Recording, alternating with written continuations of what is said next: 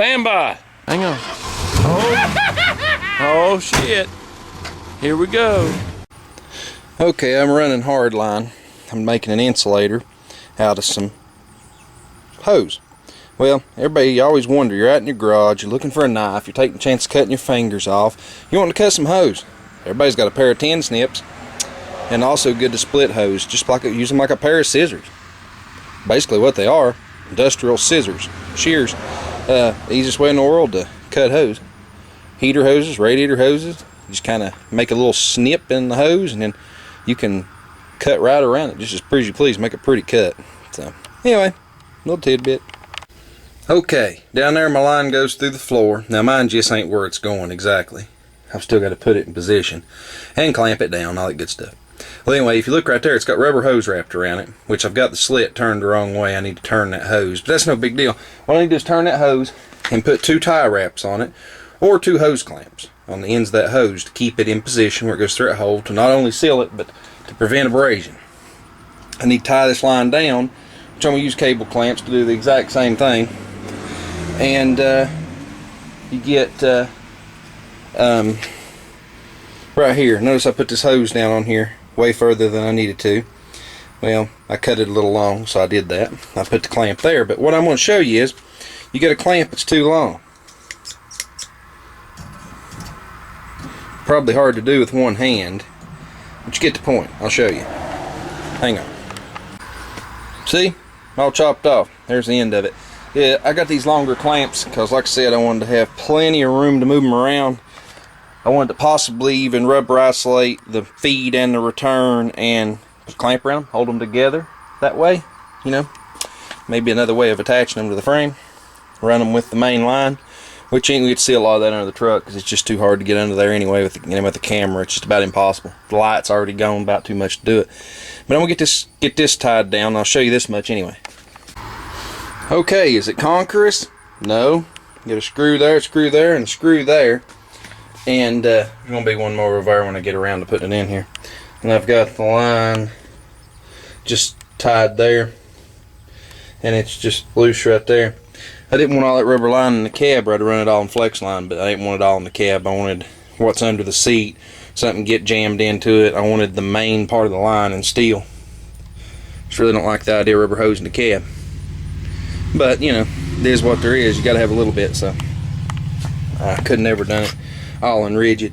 But anyway, I'm going to get that end tied down. I had to get under the truck and bend the stub in the correct direction to get it to face toward the front. Put me a piece of rubber down there and then go to the frame. So that's what we're going to do. So anyway, like I said, I don't know what you could see under the truck. I don't know if I'll be able to show you much of anything. But anyway, let's go with it. Okay, boys and girls, I've neglected the shit out of yous on this. Anyway, we got a pile of wires here. The whole underside's done. The whole fuel system up to the frame rail to right there is done. But anyway, that's not what this video is even about. This part of the video anyway. We got a rat's nest. It's still got a carburetor setting on it. We've literally got the fuel system from the tank to the engine. That's what we've got so far. And I do have the wiring run down for the pump. It's run down, it's hooked up, it's down the frame rail. You can see that one little wire, it's humped up right there, that's it. But I'm going to show you something. This is something to always remember. This is something, just buy your wife a pair. Just buy her a pair and put them in the kitchen drawer. Wait until she asks you why they're in the knife, why this is in the knife drawer. Buy a brand new pair, which you can't say they're dirty. Run them through the dishwasher, you know. Something before you put them in there, you know, wash them up. But she'll wonder why they're there. Why would you need a pair of these in your kitchen? Well, let me show you. Let me get this to where I can hold it and see it all at the same time. Now, I've already done it. I've already opened this package. This is one of those child-proof packages. These anti-theft packages. Watch this. See, I've already, let me go ahead and just snip off where I've done opened this. Just get rid of it. There we go. Look here. Imagine, this side's still sealed. Imagine you got to open this.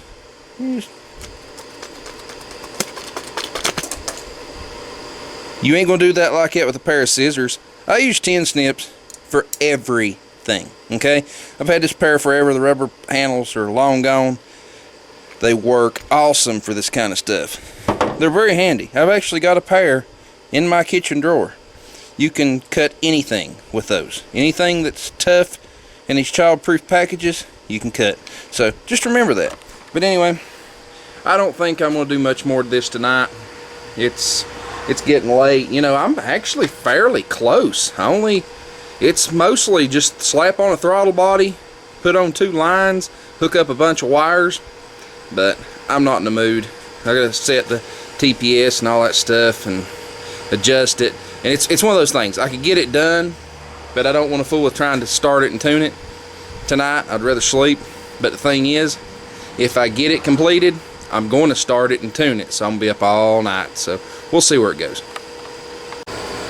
Well, boys and girls, we're getting somewhere. The only thing left to do is the main powers, which are laying over here in places and pieces and parts. I'm doing some aluminum because this harness, as you can tell, looks like a basket of looks like a malaria germ sitting there. It's not exactly right for where all my stuff is, but you know, it is what it is. I can neaten it up. It's just throw it in there. The temperature sender is still to go. I've still got to manufacture that mess. I'm not going to do that tonight because it says the only thing that the temperature sender does is operates the fast idle. Well, I want to hear it run, and I'm going to bed, clean up and go to bed. So I'm just going to disconnect the fast idle and the fast idle solenoid and go from there. But it says it don't even energize it except for a second over 75 degrees. Well, heck, it's still 80 out here, or 70 degrees or something. It's still 80 out here. I think I can probably just plug that sender and lay it on the intake. I think we'll be fine. It'll probably work, at least, you know, for what I'm trying to do. But anywho, I'm having to fix the big block wire. That's what I'm doing now. I got to run it over, and my switched power and everything's all looms through, which I've got some of this tore apart. It's loomed clear, you know, it comes clear from the inside of the truck. Instead of tapping, I'm going to go to the end. That's the best place to catch the power. And I don't have the correct splices and things that I need for what I'm doing. So as you can see, even back there on the distributor, I've got some Scotch locks in here. I've got one right there. I don't like these in automotive applications. They're not a good idea. They're not waterproof. They catch water and they rust, and they're all sorts of nasty, but they'll work for now until I can pick up what I need in town. I'll leave the wires long, and I think I'll just go clip and then put it together the correct way. What I really need is some 10-12 butt connectors. If I had some 10-12 gauge butt connectors, I wouldn't have had to done that. But I didn't have any, so let's see if we can get this thing to start tonight. Okay. We've got fuel lines hooked up. We've got all the electrical connections made.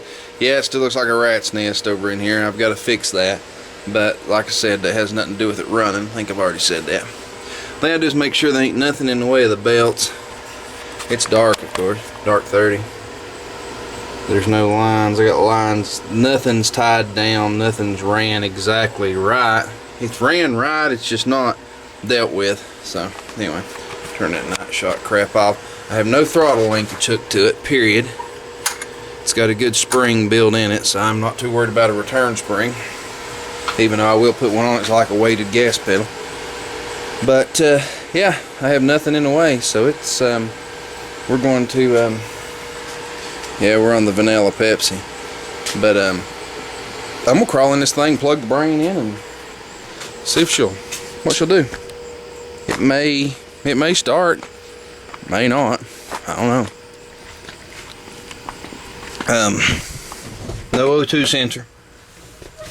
The coolant sensor is merely laying on the intake.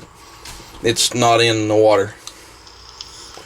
Mainly because I ain't going to do it. It'll start right now, so that's all that matters. I need to solder a ground wire to the brass hex head of the temperature sender after I put it in, that rubber deal, because it needs to be grounded. Some of them work off of just ohms resistance, and some of them actually do resistance to ground, which I think that's what that one does.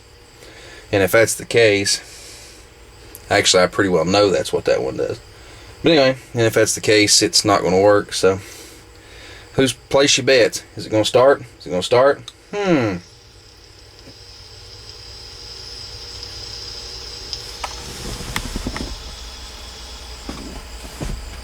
There lays the brain. It might be a good idea to connect it. Yeah. I knew I was forgetting something. Stirred the dash while I plugged this into this box. But that's the reason I was just kind of taking my second. I was thinking if I forgot anything, because I don't particularly want to burn my truck down. I don't want to short anything out. Don't want to cause any problems. Let's see if I can get this in view. I set everything back. I don't know if you can see it on camera or not, but all those little dip switches or the little pots, they're all turned straight, which is where you're supposed to start, according to Holly. And it's set up as big block. So, you know, we'll see what it does. It's, I found online where it just depends on the engines and the cams, what they like to run as big block or small block. Because, you know, people put these on some pretty big cube engines. Well, first thing we're going to do is turn the key on and hope a fuel pump fires. We're hoping.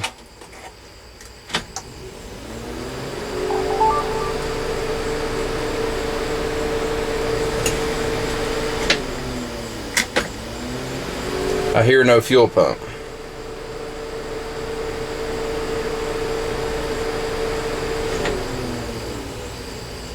I hear no fuel pump. I'm going to investigate. You know, something may be possible, something's up. I don't know. I'm going to look and see.